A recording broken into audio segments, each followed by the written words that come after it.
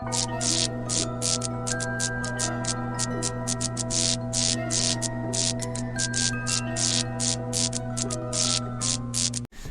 yes, people, welcome back to another episode of the Ghostoul Podcast. Over the weeks, we've had some amazing guests. We've got loads of amazing guests lined up, and today is no exception. The guest for this week is someone I've had the honour of working with. We have psychic medium Barrie John. Hi guys, hi Mickey, are you alright? Hey man, how are you? I'm alright. You know what, that was a really vibrant energy opening for me, that was. I love that. Yeah, you psyched me up. I'm bouncing. Yeah, I'm good, mate. I'm really good. And it's great to be able to support you in other ways, you know, doing the podcast. So, let's go for it. Yeah, thank you so much. You know, I'm so happy you said yes. Anytime. Yeah, so for those people that don't know who you are, if you could just give us a little rundown of who you are and what you do, that would be awesome. Of course I will, yeah. I mean, I've been in the field now for a long time. I'm probably one of the oldest running sort of, whatever you call me, psychic mediums, paranormal investigators, weirdos, whatever you want to call us. You know, I fit into that bracket. But, I mean, it's probably around over 35 years now that I've been doing all the paranormal and the psychic work. And for me, it's been great because I started out as a young child with it, being brought up with it. You know, I was never shy of it, and I was never taught to be afraid of it, to be honest, either. So It was something I was quite privileged, I suppose, in a strange way, because my family encouraged it almost. And I come from a very long line of sort of psychic mediums and physical mediums, which is tremendous, really. And for me, when I look back over the family history, I get quite sort of envious of them because of what they used to do in a way compared to what we can do nowadays. Yeah. But you know, I always believe that to be a psychic medium, you get a wake-up call in life and something happens to you where you suddenly go, you know what, I need to do something about this. I need to start working with it. And for me, you know, it was really weird because I remember losing my grandmother, who I was very, very close to.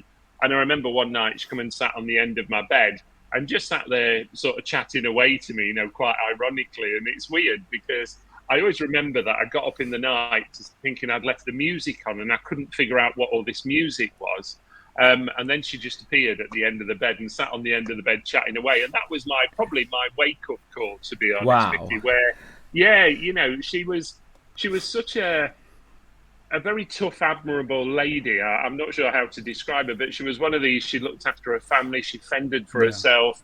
And she really taught me a lot about life and about myself as well. So I think tremendously, she probably came at the right time. And funnily enough, we lost one of our dogs the next day. So I always think that was her way of coming to go in, you know, to tell us, to almost pre-warn us, to say, right, I'm taking Rusty with me. And that was a dog that we shared between us, really. You know, it was the family dog, but my grandmother used to look after it.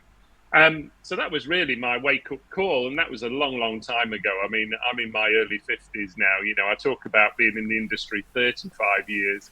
It's probably going up and up and up every year, but I've given up now counting the numbers. I think it's weird when you start counting the numbers the other way.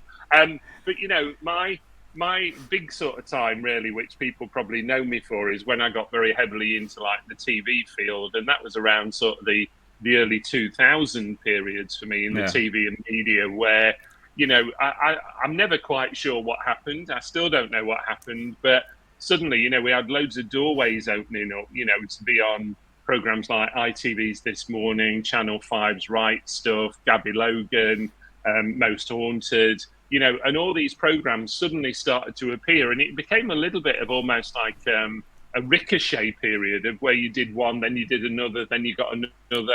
And it was very strange with This Morning because I almost had to try and slow them down because it ended up being near enough every week or every other week they were calling us into the studio to go and have a chat. And, you know, I have to confess, I am that said medium that made Holly Willoughby run off stage crying. And at the time she was heavily pregnant, so she was very emotional.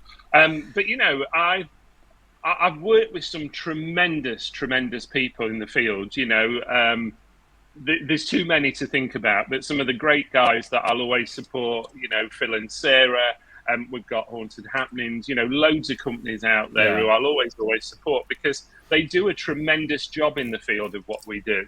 And I don't want any credit because I like to think all I've done is probably try to keep it alive for people and introduce people into the field as well. And that's why I enjoyed my TV field times where, I've always been honest. I never knew where I was going 99.9% of the time. And when I got there, I went into a building to see what I could find. And, I get quite disappointed with companies and groups nowadays where they seem to tell everybody all the information before they go in, because I think as investigators, like yourself, you want to go into a building and you want to take on the building. You want to see what's there. You want to have a go. What you don't want to know is what everybody else has picked up, do you? So, that's me in a bit of a nutshell, really. But I mean, I've been in the field a long, long time. Lots of workshop training for people, helping people with paranormal events. The last count for us was something like 5,000 ghost hunts. I've lost track now. Wow. And I slowed down many years. Yeah. Well, trust me, Mickey, I slowed down many years ago because I couldn't handle being a workaholic and being a ghost hunter at the same time. So so it just gives you a bit of an idea about me. But certainly I'll always carry it on. We've always done the private readings, private sittings for people. As well as public shows, public demonstrations. And I mean, I know we met at the Parameet before, which are tremendous shows, the great. And one thing I love about Parameet, it brings a family together. It brings people together who continue to support each other as well, which is one thing I love about it. I've made some tremendous friends through those events. And also, I'd like to think I'm an avid supporter of them. I'll help anybody that I can in terms of it. And that's why we're here today. It is, yeah. There you go. Yeah, the Parameet, I went to the South one. Obviously, you were there as well. And it was the first sort of like paranormal convention, Parameet, that I'd ever been to. And I thought it was such an eye-opening experience. It was so positive. People that I'd known on social media for many years, meeting some of them in person for the first time, that was brilliant. And it's just so nice, and it was so happy and positive. Everybody was supporting each other, watching all the talks. Obviously, you did a talk as well. And I got so much out of it. I come away after the 2 days and I thought, wow, this is the future. They need to do more of these. I agree with you. And I think our industry calls for that, working together with people. I mean, when you think about it, you had people from all sorts of fields. You had event organizers, you had people that looked after event locations, psychics, paranormal, everything really in that whole bundle. And I think what was tremendous is exactly like you said, I've chatted to so many people on podcasts, but I've never met. And that's the nice thing for me. And people, when they meet me, automatically look at me and go, God, how tall are you? Penny Morgan, who I love to bits, old Penny, and bless her, she always looks at me as if saying, God, have you grown again? And I mean, we met a good few years ago at another paranormal sort of convention. And it was lovely because we chatted and chatted and chatted. But you never get time to meet people because we're all over the country in different locations. So I think it's great. And I do hope that those sort of events continue. And I hope more people go to them and support them. Yeah, the first time we met was at Tutbury Castle. Yeah. With Leslie Smith and Phil and Sarah from Are You Haunted? Yes. And it was sort of like a mini para convention then, wasn't it, if I remember rightly? It was, yeah. It was an idea that Leslie Smith, who's unfortunately now left Tutbury, and the place has sort of closed down now. Yeah, it's a shame. But Leslie wanted to organise a bit of a sort of, let's call it a paranormal get-together, really, where all of us who'd been in the field for so long got together and had a bit of a chat. And I thought it was wonderful. And again, it was a very family-orientated side for me. We all knew each other, but yet we'd not met for many, many years. I mean, goodness me, I mean, the people who you meet along this pathway are absolutely tremendous, and I've had the pleasure of working with some of the greatest names out there on stage, on psychic demonstrations, people who've been really good friends of mine for a long time. And to support them and to be proud to support them as well means such a lot to me as well. Yeah. Do you do stage shows at all? Yeah, we do a lot of stage shows. So yeah, we Yeah. started many years ago doing demonstrations. We still do demonstrations, but what we've done, and probably really over the last sort of 4 or 5 years, we've stopped a lot of the bigger venues now because they were just getting too much for me, and I've tried to slow them down a little bit. Where we do, I'll call it more intimate events. So we probably do up to about 100 people now on average. If people want me to do a bigger one, I will. But I get more out of doing a smaller event, to be honest with people, because I can get around more people. And what upsets me is when you've got a room full, 300, 400, 500 people, but you still only get the same number of people, and that upsets me in a way, because I feel for the people who really, really need a message. But as you know, time just is against us in a way. I can't carry on forever and a day. But we still do all those, and we still do a lot of the smaller events as well on a regular basis. But as you know, I have my fingers in a lot of other pies. Yeah. So with these small events and that, do you ever come across people that, I don't know if how I would say this, they come across like they're too needy, they have to have a message, like because obviously they're missing their partner or something? Do you ever get these people that say, I'm sure that's my partner, are they here?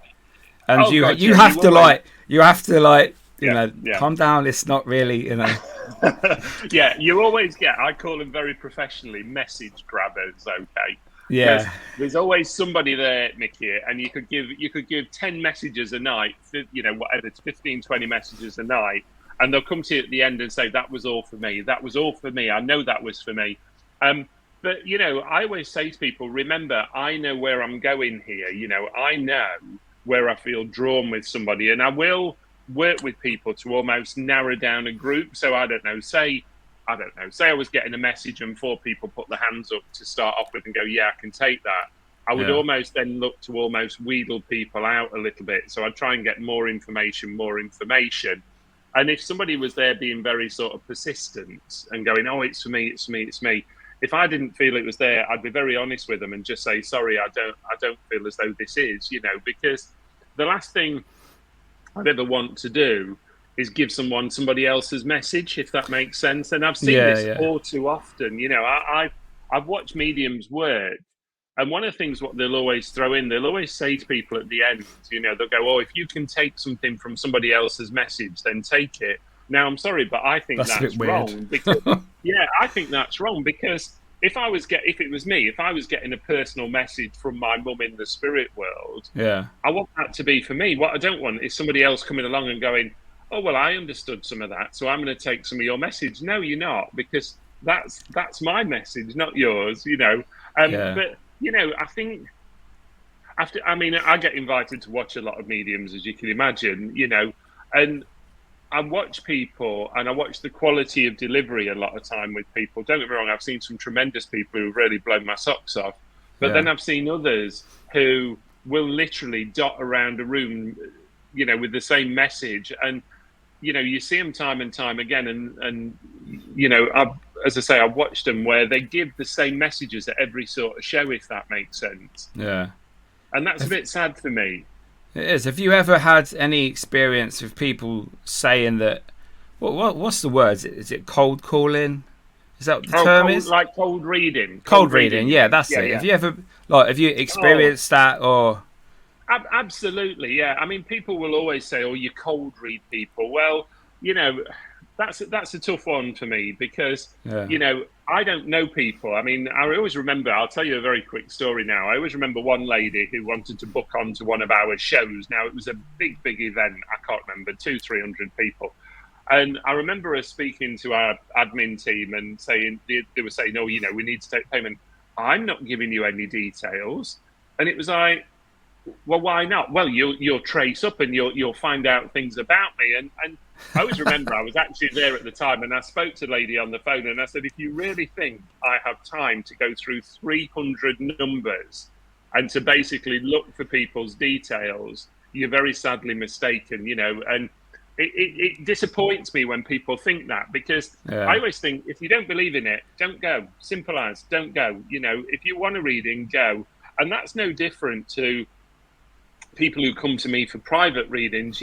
I don't force people. I don't put a sign outside and say, everybody's got to come for me for a private reading. If you want to come, you come, and that's your own free will. Whether you believe me or not, that's your choice. But what I will do is I will give you what I get, and it'd be amazing for me to watch people when they go, and then they'll send me an email or a message the next day going, I've spoke to Mum, I've spoke to Dad. Yes, it all makes sense. But I think from let's call it a skeptical view, I think it's very easy to say that all mediums or psychics cold read people. And, I don't believe we do. I believe that somewhere out there, and let's be honest, it's no different to ghost hunting. Somewhere out there is a great wide universe that none of us really understand. But all I know is somewhere I can tap into something, whatever that be, that starts talking to me and giving me information about people. Yeah, it's fascinating, that how you can be there and like someone, do you hear them? Is that how it works? Are they like, do you have to open a doorway to start letting spirits in? Do you know what? That's a great question, and I don't think anybody's ever asked me that properly like that. I don't believe in opening and closing. I never have. I don't believe in all this. I think it creates a bigger barrier for all of us. I'm one of these that if somebody talks to me, I don't know, say somebody was talking to me now and I was talking to you, I'd go, sorry, it's not the right time. I'm doing something now. Yeah. And it's also the same if you're out in public. So say I'm sat in a public restaurant. If I felt drawn to somebody, I wouldn't just go up to somebody and start talking, because I've always had this belief that you've got to have a professional side to you in terms of delivery. And I don't know people's circumstances. I don't know if that person's suddenly going to have a nervous breakdown, whether they're going to burst into tears. They could be filled with joy. I have no idea. But, I think there's a time and a place for delivery, if I can call it that, of when you want to give a message. But also, for me, it works in many different ways. Sometimes it depends on the individual trying to come through to communicate from the spirit world, from the other side. Sometimes it might be a new energy. So let's say, I've brought back people from the spirit world within hours of them going for people for readings, and I didn't know them. Wow. And that can take a lot of energy at times, because you've got to remember you've got somebody who's quite new upstairs, and you're trying to almost go, come on, talk to me. And I always think of it a little bit like the film Ghost, I suppose, in a strange way, where it takes attempt after attempt after attempt, and finally they do it. Yeah. But, yes, I do hear, yes, I do see, yes, I feel. It depends really on the spirit that wants to communicate with me. And also, I'll be very honest, it depends what time I've got, because if I haven't got time to sit and chill and meditate and relax before people come, then I just go with my gut feeling what I've got. So you don't have like an on-off switch then for the spirits? It's 8 o'clock now. That's it for today. No, they probably do with me, but I certainly don't. They probably think, oh God, we've had enough of him today. But I've never believed in that, because, I've had it at times where somebody might come to me in the moment of need, and I'll call it a moment of need. Well, if somebody messaged me at 9 o'clock at night and said, and I could feel it, you feel the emotion or the upset, I'd just go, right, what can I do to help here? Okay, what can I do to give somebody that private message that they need? And I think a lot of the time we put a lot of barriers in place, not just as psychics, but as paranormal investigators as well. We can stop a lot of things happening. I remember, I always talk about this on my talks. I remember the good old days of paranormal investigation, where we didn't have all the equipment. We just used to turn up, sit in a room and go, right, what's there? Is anything going to happen? We used to get excited if you got 2 taps or you got 2 knocks that were also reoccurring.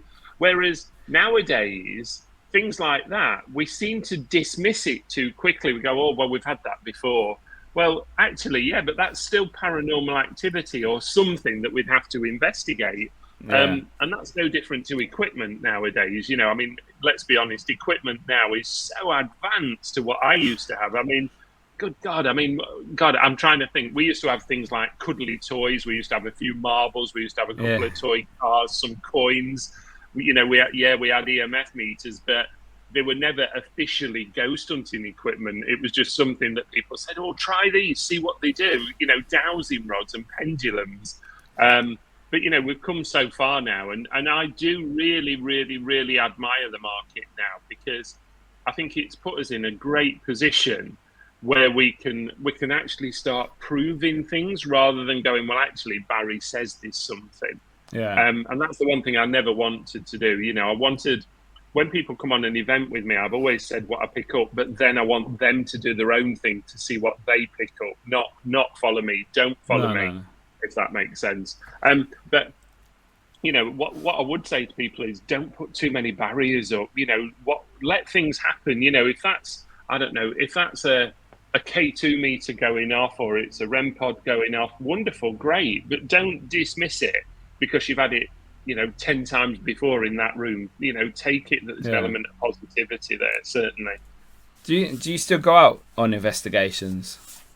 Not as much as what I used to do. I mean, funnily enough, it's one of the things I've wrote down to talk about, because I've always had this huge passion, and a lot of groups invite me along, but the older I get, the more sleep I seem to want nowadays. Yeah, whereas Michael I know that. plays a ghost hunting. I remember when we used to stay up till 7 a.m. We used to get to venues, and you'd normally have a meal, then you'd do a ghost hunt, then you'd have breakfast in the morning, then you'd all drive home.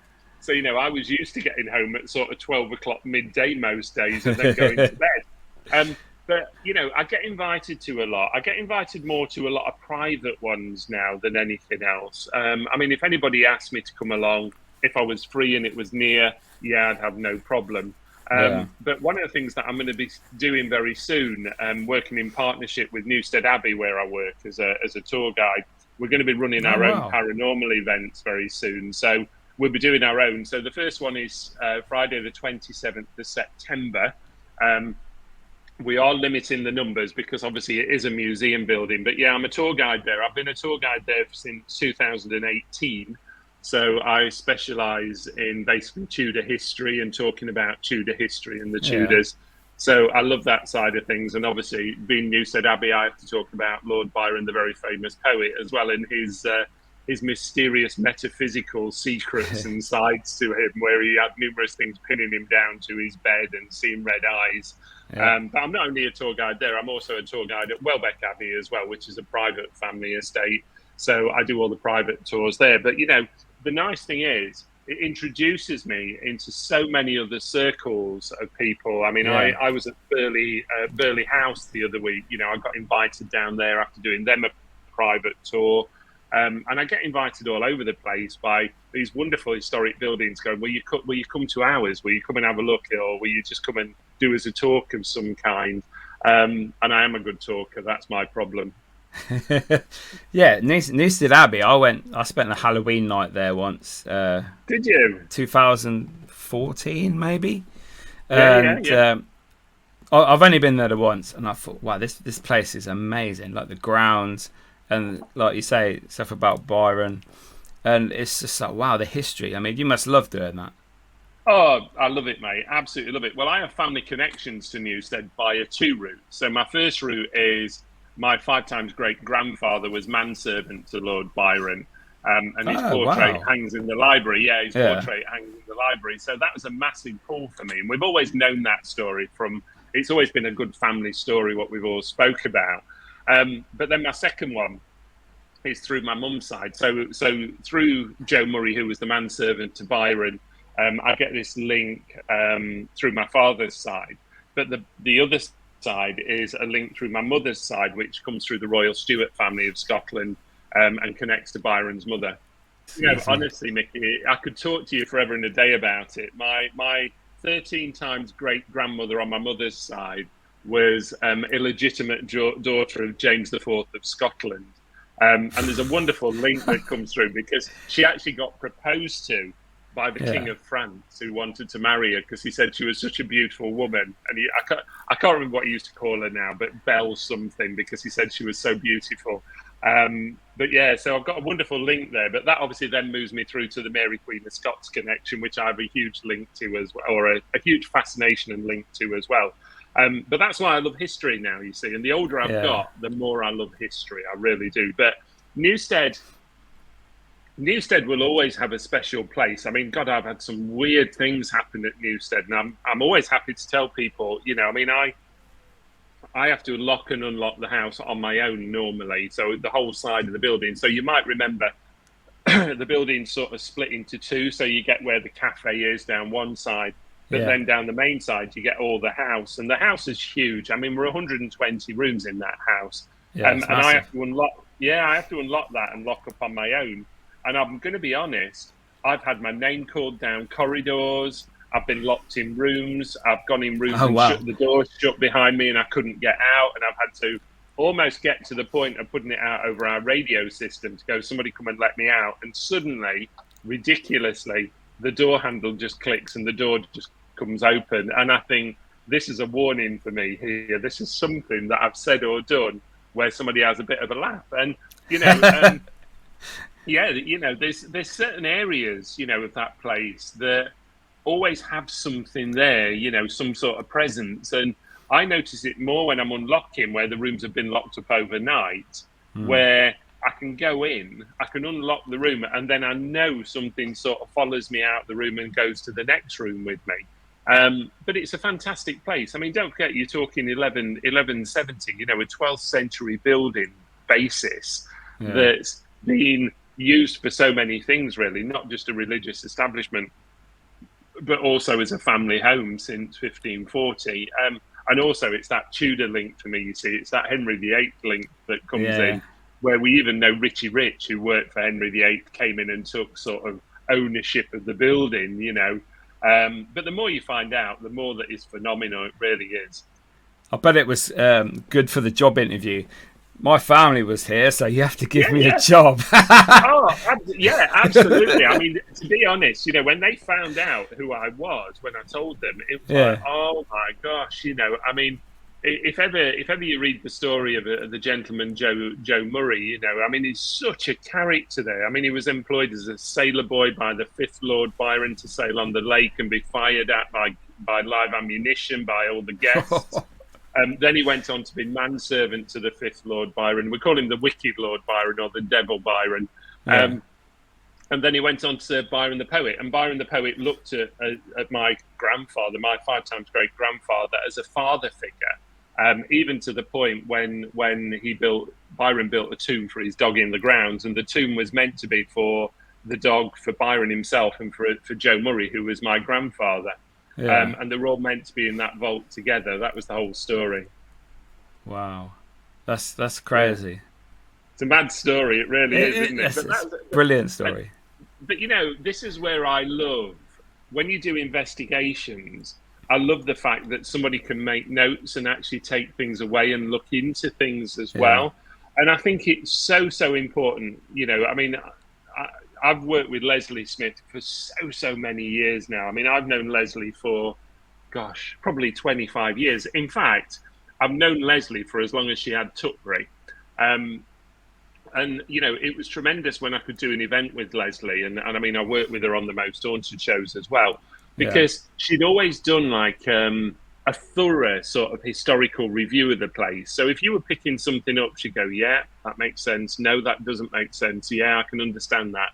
And that's what you need sometimes on a paranormal investigation.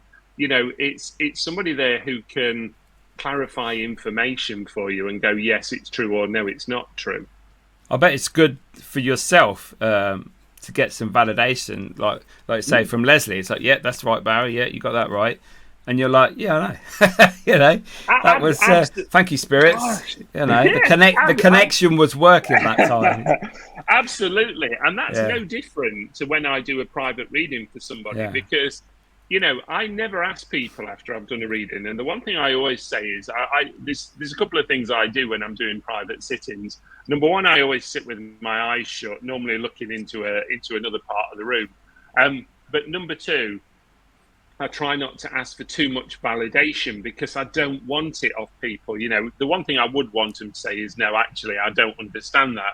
But, you know, what I like is when people go away from having a reading with you and they look for things with the family, and then they message you the next day, or they ring you up and go, how did you know that? You know, even I didn't know that, and it was true. And I think, but that's how it should work. You know, it's no different to, as I say, a paranormal investigation of somebody doing a little bit of whatever you want to call it, research, a bit of interest, you know, having a look into things.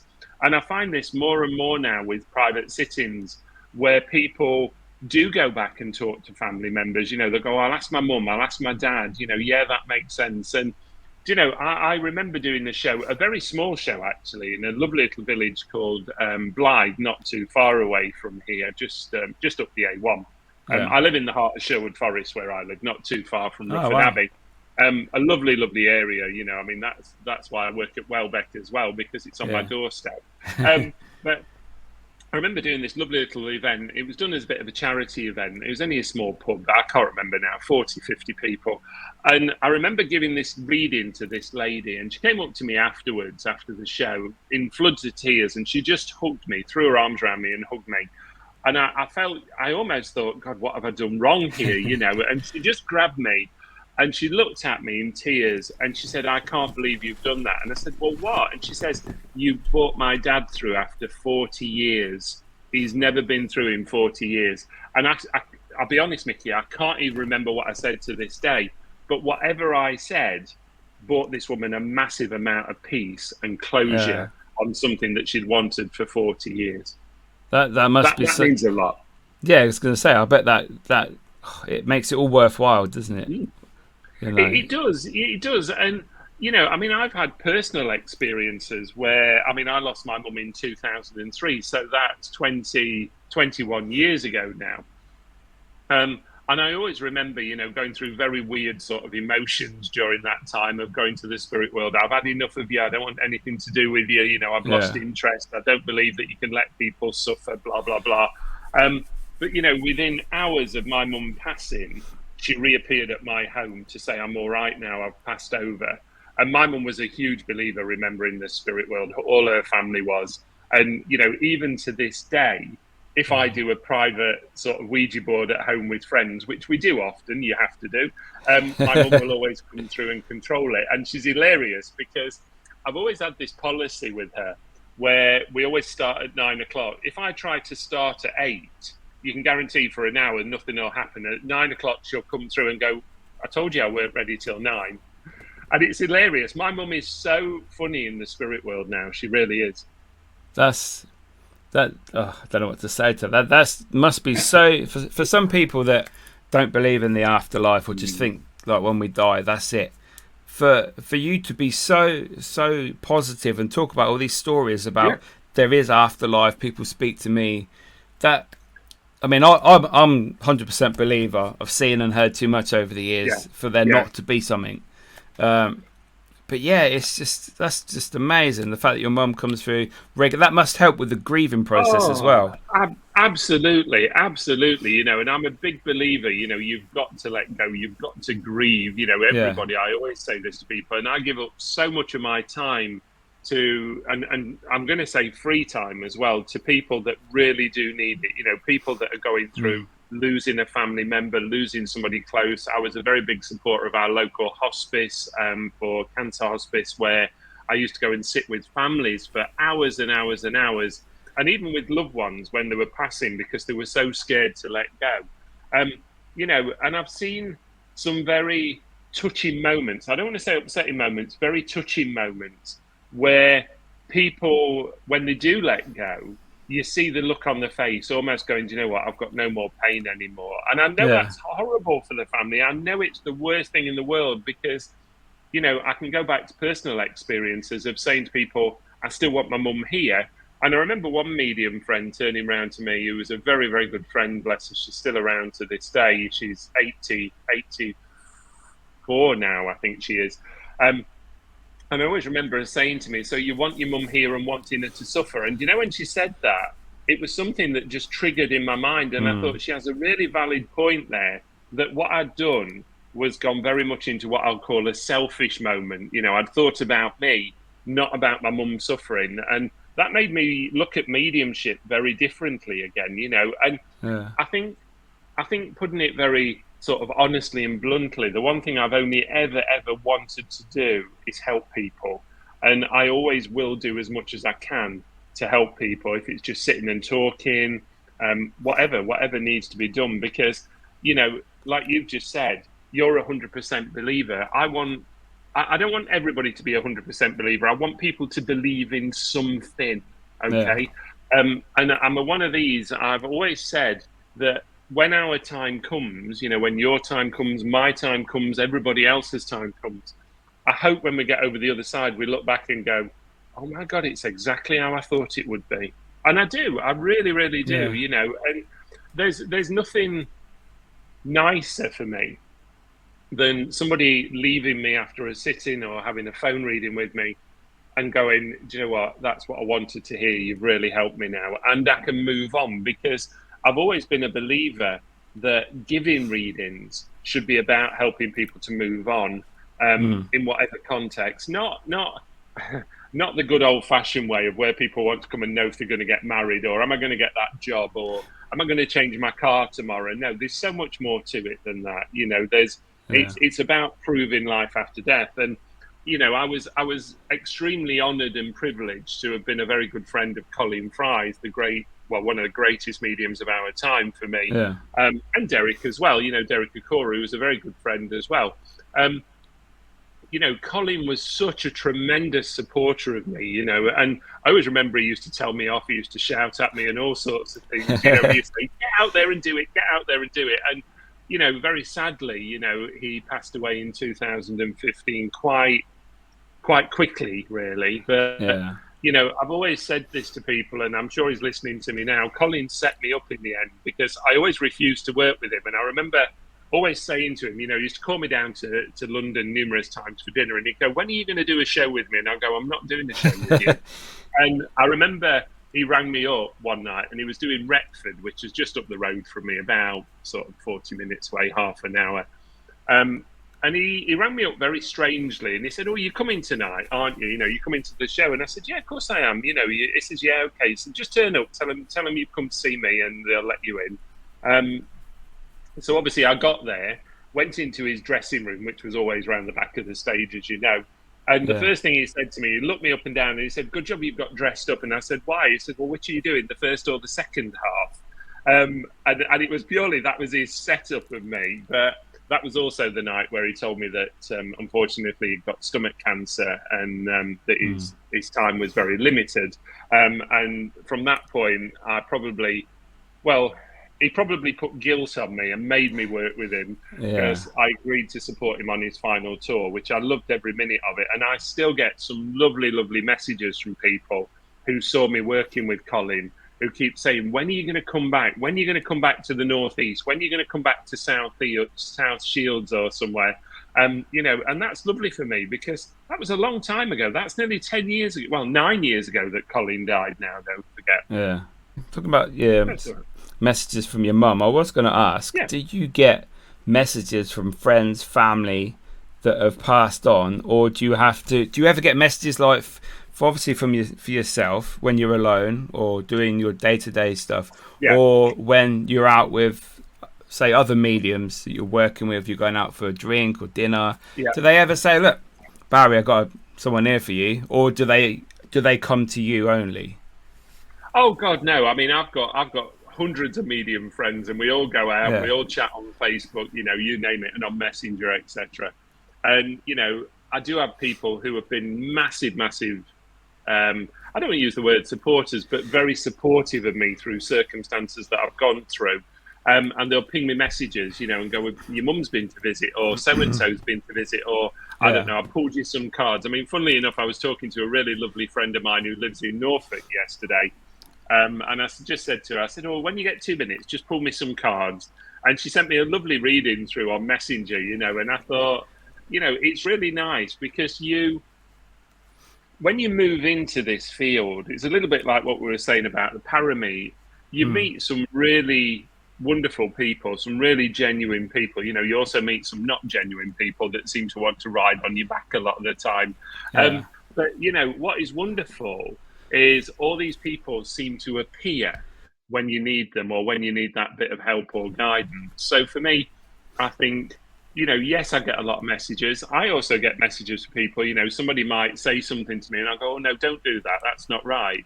That's not for you. And they go, why do you know that? And I go, because somebody's telling me that. Okay. But what I don't want it to think of is that we're all sat there around a dinner table, we're all talking to the other side and not actually talking to each other. We do talk to each other, but, I think it's almost like a natural reaction at times, and, this is really weird because I was talking to somebody today. I did a tour today, historical tour, and I was talking to this gentleman, and don't ask me why. He felt drawn to me and I felt drawn to him, and we were talking away. Lo and behold, lovely, lovely man, really down to earth. We had a wonderful chat, and he was telling me about where he lived, and it was a very old property, and we were talking about ghosts and things. And then he just turned to me and he says, I've lost my dad, don't you? And bearing in mind, I've never met this guy before in my life. If you asked me to describe him, Mickey, I'd have to say, do you know what? I wouldn't even know what he looked like now. And it was the way he just turned to me and he says, I've lost my dad, don't you? And he looked at me and smiled. And I said, yeah, I do. And that was it, And so that guy must have felt something, if that makes sense. That's crazy. But you get this a lot, I was going to say, does that happen all the time when you're out and about? Yeah. Oh, God, yeah. It's weird. I mean, I don't know. I'll give an example. I remember being in the dentist the other month, just sat there, minding my own business on my phone, probably messaging somebody or WhatsApping somebody or something. Yeah. And this lady just sat next to me and we just started talking, and I remember saying to her, oh, that's a nice ring on your finger.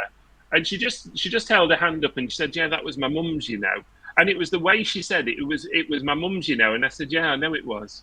And she looked at me as if to say, how do you know that? And then she looked at me. She says, I know you, don't I? And I said, you probably do.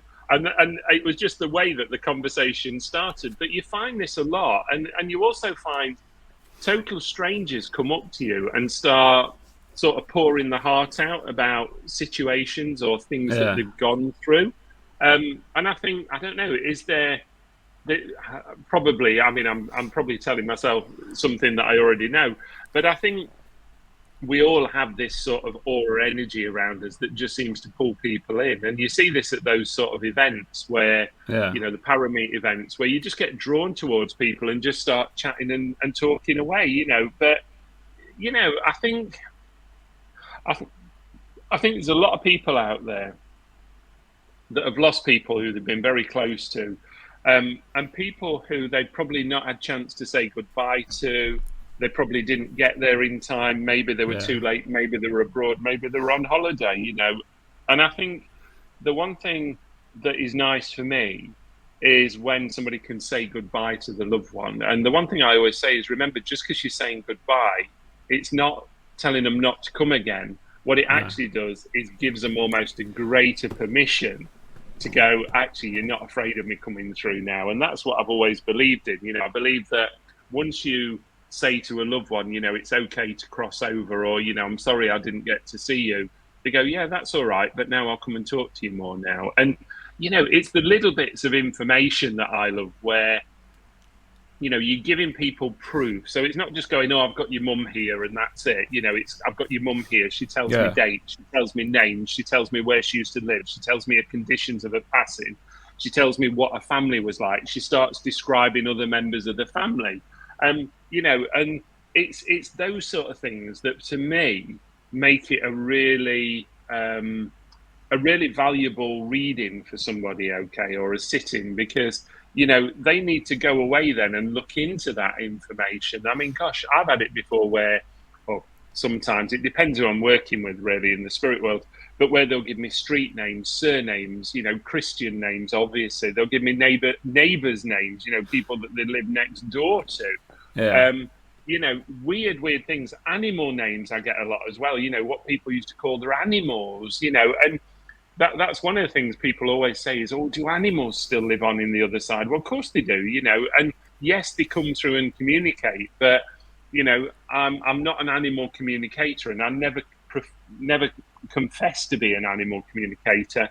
But if I feel an animal or I see an animal, I will describe it with somebody. But, my priority is describing loved ones and bringing somebody back to close the doorway off in some way. Yeah. So you do is it a spiritual awareness course? Is that right? What you do? Yeah. I've been a tutor, for probably about 25 years now, probably over that. And I was part of the SNU for a long time and used to be part of the education committee for them in the East Midlands District Council. Yeah. But I started running my own sessions and own courses. And then obviously it was always face to face. Obviously, the unfortunate period hit us in 2020 where everything started to be online, which, it was Barrie, wasn't it? Because, we started running a lot of online stuff then, and you saw the whole field of psychics just go balmy, absolutely balmy. Every time you logged on Facebook, there was somebody doing a live, somebody doing a free live, somebody doing the live and giving away readings, somebody giving away readings.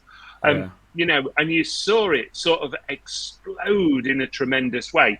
But we continued doing courses, and we did them all online. One of the things I will be doing is doing more courses online as well very soon, probably next year now, because this year I've got a few sort of things on what I'm dealing with. But certainly next year we'll do more online, but we still do a face-to-face group, only a small one now. We have about sort of 15, 20 people turn up to that only once a month, because you've got to remember I have to give time to it as well and be able to commit to it. And I always find it very difficult for people to do something on a weekly basis, because I know what I'm like on a weekly basis. I don't know where I am, and I have a lot of other clients that I book in, a lot of reading clients. We certainly don't do as many clients as what we used to, but I think a lot of that for me was sort of the age bracket really, and deciding that at certain periods I was going to almost drop a little bit more and a little bit more. I did try to semi-retire a good few years ago. It didn't work. Everybody moaned at me, so I ended up coming back into the industry. But, we're always there. We're always doing those mini shows, demonstrations, and we'll continue to do them. Apart from the big thing that I've done is cut down a lot of the travel time now. Yeah. So do you think everybody has the ability to do what you do, like to have a gift, or can it be developed from maybe having zero gift and then you can try and slowly develop, or is it has to be natural? I think that's a really good question. Works? I think everybody has an ability to be psychic. Okay, we all have a psychic ability. That's whatever you wish to call that. That's a gut feeling. That's an emotion inside. Call it butterflies in your tummy or your stomach, whatever. When you walk into a room, you just feel something. There's something there. But the art of I don't want to call it the art, the ability of communication and picking up messages, I think really, you get a lot of natural people, but I think people can train to do it as well. I think you get that wake-up call. I spoke about this earlier, and I think you get this wake-up call when something happens in your life, whether it be a period of trauma, whether it's a period of losing somebody close to you, a grieving or bereavement process, something will happen to you and you almost get a awakening call, as I like to refer to it, where people then start looking into it a little bit more. So maybe it's a time when people need it. Okay, you need that element of communication. You've learnt your lesson in life. Now it's an element of communication. And certainly, I think the more people that get trained, properly trained, the more we'll see people out there. But, I don't think people can just walk out there and suddenly go, this is what I do now. Because, it's not as easy as that. It really isn't. And it's also having a very professional side to you in terms of delivery and how you deliver. And the way that I always word that is you've got to remember, none of us know people's sort of personal situations, health situations, what they're going through at that moment in time. You've got to be very sensitive towards that. And that's why I've always had I'm going to call it a bit of a bugbear to some paranormal groups where they just go into people's homes, tell them that it's haunted, and then walk out and leave them with it without giving them any sort of resolution or support. Where you don't know what you're saying to somebody and what it's going to do to them. That's the problem. Yeah, leading on to the homes thing, do you think Yeah. that people should be investigating homes? Like, obviously, say your neighbour comes to you, Yeah. knocks on your door, say, "Look, Barry, I've got weird stuff's happening in my house. Could you just come and have a look, see if you can figure out what it is or who it is?" I think first of all, for me personally, I would have to ask a lot of questions of individuals of what was going on in the life. What Yeah, was their, pardon, I would say this, their sort of mental state like. Have you started taking any new medication? Are you being diagnosed for anything? Is there other things going on? Because, I I always remember many, many years ago, I used to get one lady used to ring me up at 12 o'clock every Saturday night. She used to leave a message on the business phone. Number one, you could clearly tell she'd been drinking. There was lots of things happening in her flat at 12 o'clock at night. Well, you know, do I believe it was paranormal? Probably not. But I yeah, think if somebody comes to me and lets us look at it genuinely, and investigate it, and also understand, have you had something happen in your life? Are you going through certain circumstances or even mental health situations where you need some support? And remember that there is a lot of people that will cry out for help coming to people like us, paranormal people. They yeah, will come to us because they know that we have sort of an empathy side to them. We're very sympathetic towards them, and they will come and talk to us. But I think you've just got to be very, very mindful. If somebody's, however you wish to say it, knocking on your door or somebody's ringing you up, you don't know the full story at that moment in time. I think you've got to go in it very sort of eyes wide open, knowing full well that you've got to find out what the person is dealing with, first of all, and what you're going to leave them with if you can't deal with it. And if you yeah, are going to leave them with it, what are you going to do with it afterwards? Are you going to signpost them on to somebody else, or are you just going to do exactly like I said a few minutes ago? Are you going to go, actually, your house is haunted. Thanks very much. We'll see you again sometime. yeah. And that's a real difficult situation. Yeah, I think you do see it more and more, like on TV shows, YouTube Mm. videos, people going around people's houses trying to investigate what's there. They don't have the knowledge, first of all, to be able to help per se, cleanse the house, get rid of the spirits, whatever, Yeah, the negativity. And also, you've got the fact that you're filming, you're putting this person's house, their personal possessions, on YouTube for the whole world to see, or yeah, on TV, yeah, yeah. and there has to be some sort of level of dignity. I know maybe they've said, yeah, that's fine, just film away, but for me personally, I think certain ethics have to come into it, and I think, don't I film think it, just go and help. Yeah, I think that's a really good point, because I think there's a massive element of, let's refer to it as safeguarding of people, because Yeah, you don't know who else lives in that house. There could be children in there, there could be grandparents living with them. People who have suffered with other situations. yeah, But I've always believed, doing what I do from a mediumistic perspective, there's a very fine line between being a medium and being a counselor, and you have to know when to draw the line with people, because people will use you almost as a bit of a counseling situation. And if somebody keeps coming back to me, or trying to, should I say, because I won't allow it, if somebody starts going, well, can I see you next week, can I see you next week, can I see you next week, no, because that's not what I do. What no, I'm not going to do is, I'm not going to do a fortune telling for you. And will your reading change that much every week? Probably not, because once whoever's come through, your mum, your dad, your grandma, yeah, your husband, whatever, wife, as soon as they've come through once to go, look, I'm looking after you, they're not going to keep coming back every week and telling me the same thing, and I wouldn't want them to either. But you do get people who seem to rely on psychics so much nowadays, psychics or mediums. They rely on them so much for making decisions in their life. And, yeah, yeah, I know of people, if I said to somebody, if I said to certain individuals that I know, oh, I don't know, I've just met this lovely medium. Oh, can you give me the number? I want to have a reading with them. Well, why do you want to have a reading with them? Do you need a reading? Well, no, I just want to go and see what they pick up. Well, that's the wrong way to do it, really. yeah, And I've always said this to people when they come to me: don't come to me and try and trick me. Don't come to me and try and catch me out, because you're not wasting my time. You're wasting your time.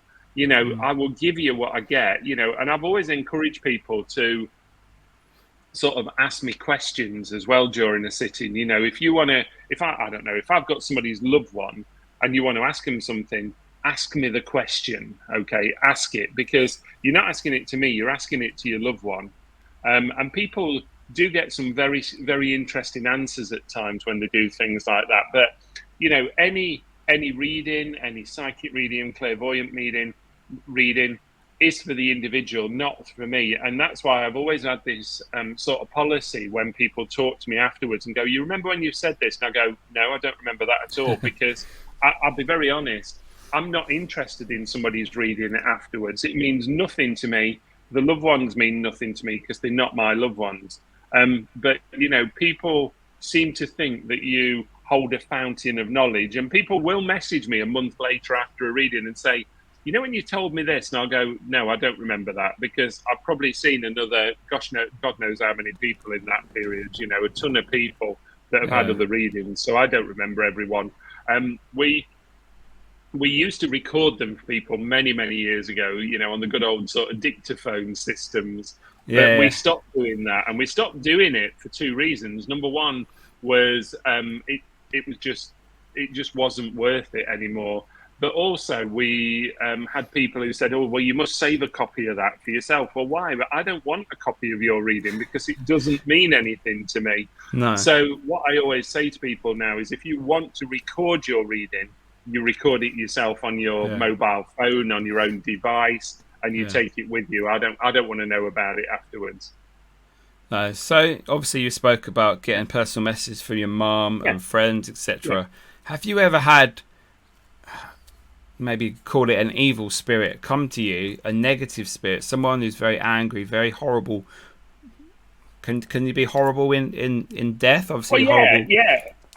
Absolutely right. I just want to rephrase that question, if you don't mind, because there's obviously, we talk of the word evil a lot, don't we? And let's be honest, evil's a man-made created word. It's basically a lot to do with religion, forcing people down roots is what I see it as. When I talk to people in the spirit world, if somebody's miserable here or they weren't a nice person, they're still not a nice person in the spirit world, okay? Yeah. They will still come through the same. And I'm going to give you a personal example on that. Okay. And if somebody brought my mother's father through, my granddad through for me, and said, oh, what a lovely man, I'd go, well, you've not got my granddad, because he was a horrible man. He was awful. He was such an awful man. And he was cruel to his family. He was cruel to his wife. Long story. But, that's where I look at it and think, no, they don't change. Because if somebody brought him through and said, oh, he's a lovely man, I'd have to almost question and go, that can't be him, because that's certainly not how I remember him coming through. Yeah. So I think people who have caused a lot of harm, a lot of grief, a lot of upset in their lives, continue over the other side and probably go through, what would I call it? Probably an element of almost re-looking at themselves, or even a period of almost sort of re-evaluation is what I'll call it. I just want to jump back to when we first asked that question, and you mentioned the word evil, because I believe that that's more generated by paranormal and ghost hunting nowadays, where evil people spirit, people go into a building and go, oh my God, it's really nasty, it's evil in here. Well, is it or isn't it? And I've seen this all too often on some paranormal events where people have gone in some beautiful, stately homes, and suddenly there's an evil spirit or a demonic monk that appears. And I think, really? In a private home, in somebody's house? So, do people's imaginations probably run rife with them on paranormal events? Absolutely. I really do think that. I think sometimes people that are on there, probably, again, we could go back to what we were saying a few minutes ago about people's sort of personal states or states of mind, where people can almost perceive things to be there that probably aren't there at that moment in time, and you probably heard me talk about some really interesting points to do with countries like America, for instance, where, America's not that old, but suddenly they have some of the oldest history all of a sudden. Well, majority of their history came from the UK, and majority of the old buildings came from the UK as well, where they bought a lot up. But I think that word really for me opens up a wonderful conversation. I have to be honest, where people start looking at beliefs and religious beliefs, especially in that, if you knew you were going one way to be looked after, you'd go that way. If you thought you were going another way not to be looked after, you probably wouldn't go that way at all. So it's just an interesting topic for me. I can talk for hours about it, and I've got into many, many debates about, I don't want to use the word religion, but about beliefs, if I can call it that. At the end of the day, we all believe in something. I believe in the spirit world. Do I believe in a higher entity up there? Well, if I was in a time of need myself and I wanted some answers, I'd shout up to the spirit world and go, right, if anybody's there, tell me what's going on here. What can you do for me? Whereas other people will turn to religious sides. They will pray to people, talk to people, and give them all the problems. And I think it's almost how you feel it, how you understand it, I have to say. Sticking with that sort of subject, obviously, just say, for example, you have an awful, horrible spirit, miserable, grumpy, whatever. Do you ever not want to help him, or is it, or her, or is it just like, no, I'm going to do my job, you're awful, I'll get your message, and then go away? Do you know, I love the way that you did that then. Him or her. Well, just don't discriminate. No, you're fine. I would have to say I would still have to do my job, if that makes sense. So I don't know. I'm going to make this up, and please don't take this serious. But if I was reading for you, Mickey, and I got somebody through, I thought, you know what, this is a real character here. This is somebody who I really don't like. I can't relate to. Right? What do you want to say to him? Right? I want to tell him this. Good. Right? Thanks very much. I'll tell him clear off. And that's what I would do, because, you might go, this, as I say, this is totally fictitious, but you might go, actually, you know what, that's exactly what he was like. He'd have just said one thing to me and he'd have gone, that's it. He wasn't interested, know, and that's where you've got to almost work with it. Put it this way, I wouldn't want to turn around to any spirit, anybody upstairs, and go, no, sorry, you're not welcome here, unless somebody, and I've had this before, I'll be very honest, where people have come to me for readings, sat in front of me, and I've gone, oh, I've got your mum here, I don't want to talk to my mum. Oh, right, okay, well, how do I do this then? Okay. And they go, no, I didn't get on with her, I don't want to talk to her. Well, maybe she's got an apology for you. I don't care, I don't want to talk to her, you tell her to go away. And I have to go with that, I have to go with what the sitter's wishes are, really, okay? And that's one of the things I do consider that can be quite difficult, if I can call it that. I have to be honest. So what would be your proudest moment in your whole career of either investigating or your mediumship? What would you say would be? That's a real interesting question. Do you know what? One of my proudest moments, and I'm going back to about 2005, 6-ish now, I got invited to Buenos Aires by the Young Presidents Organization of America, which was all business presidents, that invited me out there to do a talk and a demonstration. And I actually did a ghost walk around the Recoleta Cemetery, which is where E04 Perón was buried, or is buried, should I say. Wow. And that was probably one of my, I don't want to use the word proud, but one of my greatest memories that I have. And I really loved it. And the fact that people had contacted me in the UK to fly me out and pay for me to go and pay for me to stay there, because they wanted me to be there to do these talks for them, was just tremendous. But there's so many, I've made some great friends in terms of television. I've still got some great friends in terms of television. But the one thing that I've always wanted to do is portray us as professional people, as individuals that knew what we were doing. And that's why I will always support universities. Northampton University, Dr. Carl Cooper is a very good dear friend of mine I've known for many, many, many years. That's where I live. Is he really? I'm in Northampton, yeah.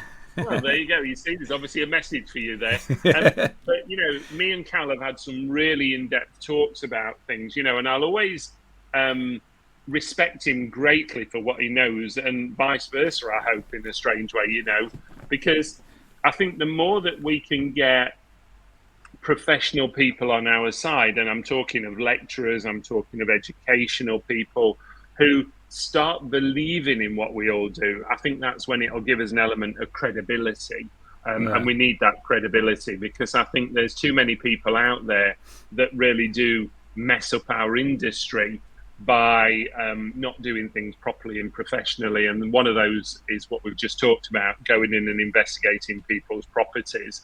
Because you've got to remember, one group goes in, everybody gets tarred with that straight away. Same as if one person sees a medium that doesn't give them a good reading, every medium's the same. That's the problem. So we've got to be seen to be professional. We really have. So before we finish, just going back to Most Haunted, if you don't mind, how long were you on there for? How many series did you do? So we only did series 10 with them.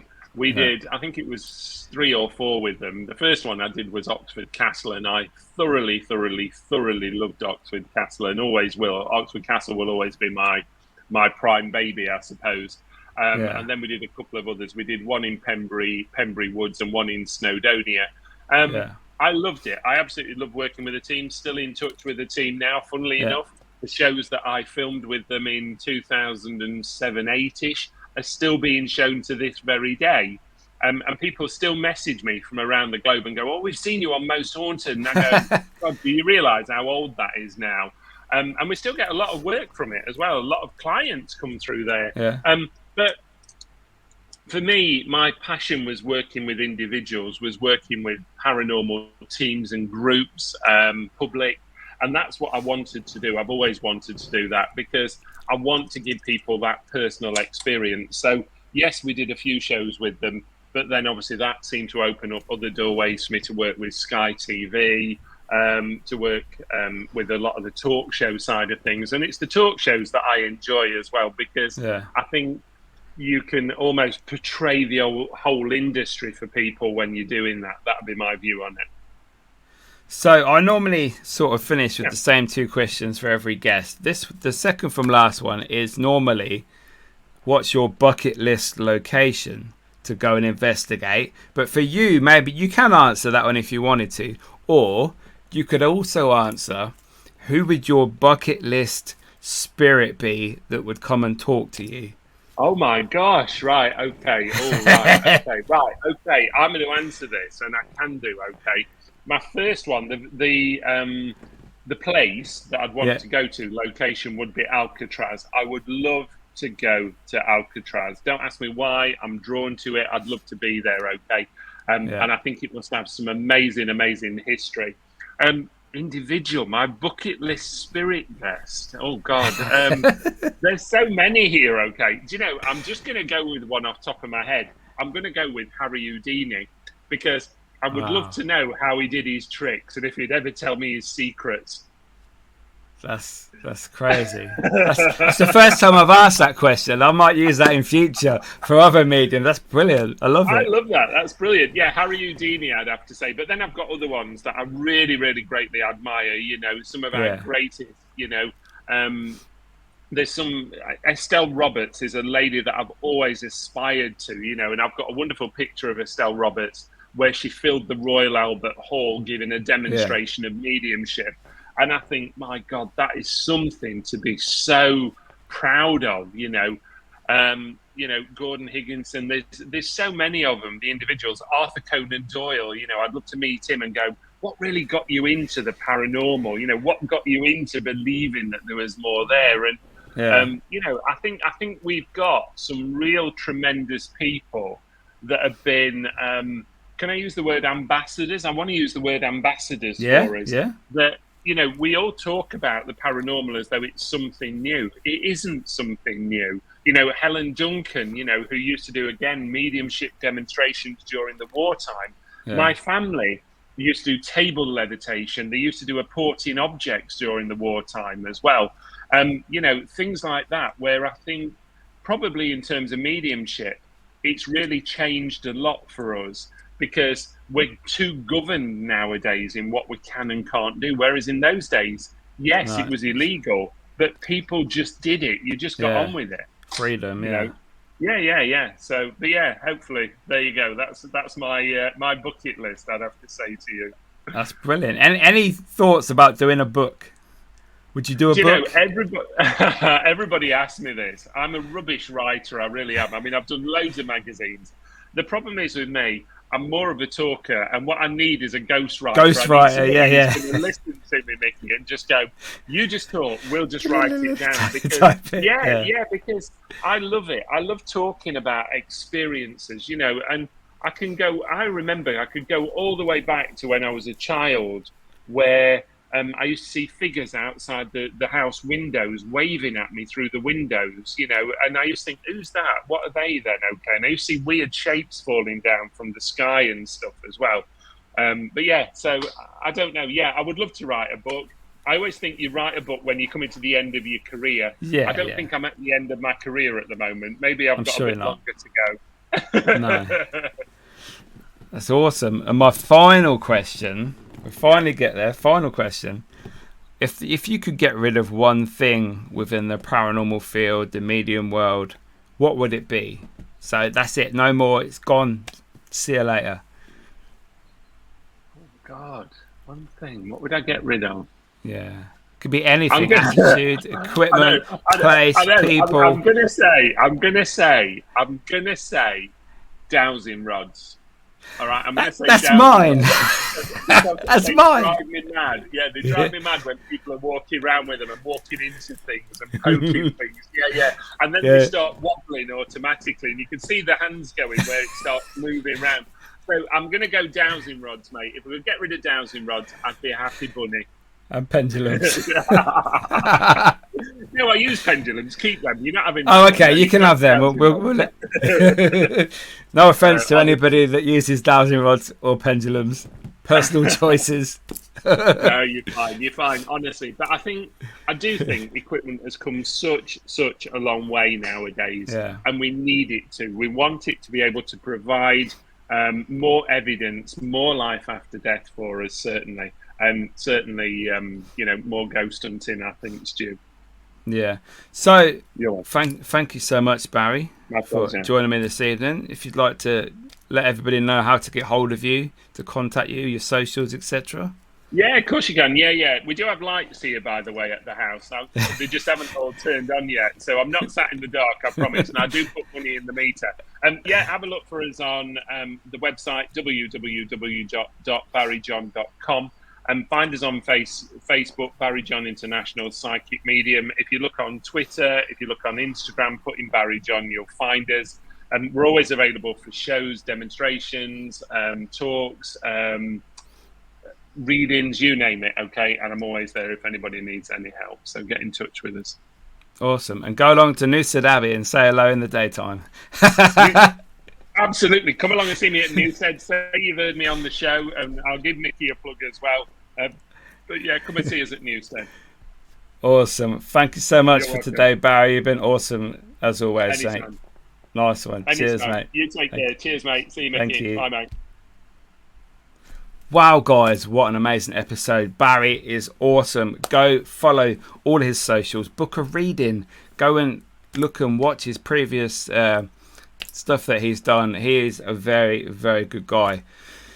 So obviously thank him for coming on the show this week. Thank you guys for watching and listening. If you can make sure you subscribe to the YouTube channel, it really helps. It's a small podcast at the moment. We are building each week. The views are up, the likes are up, and you guys are amazing. Subscribe to the Instagram page as well. And I'll see you guys next week with another amazing guest. See you later, guys.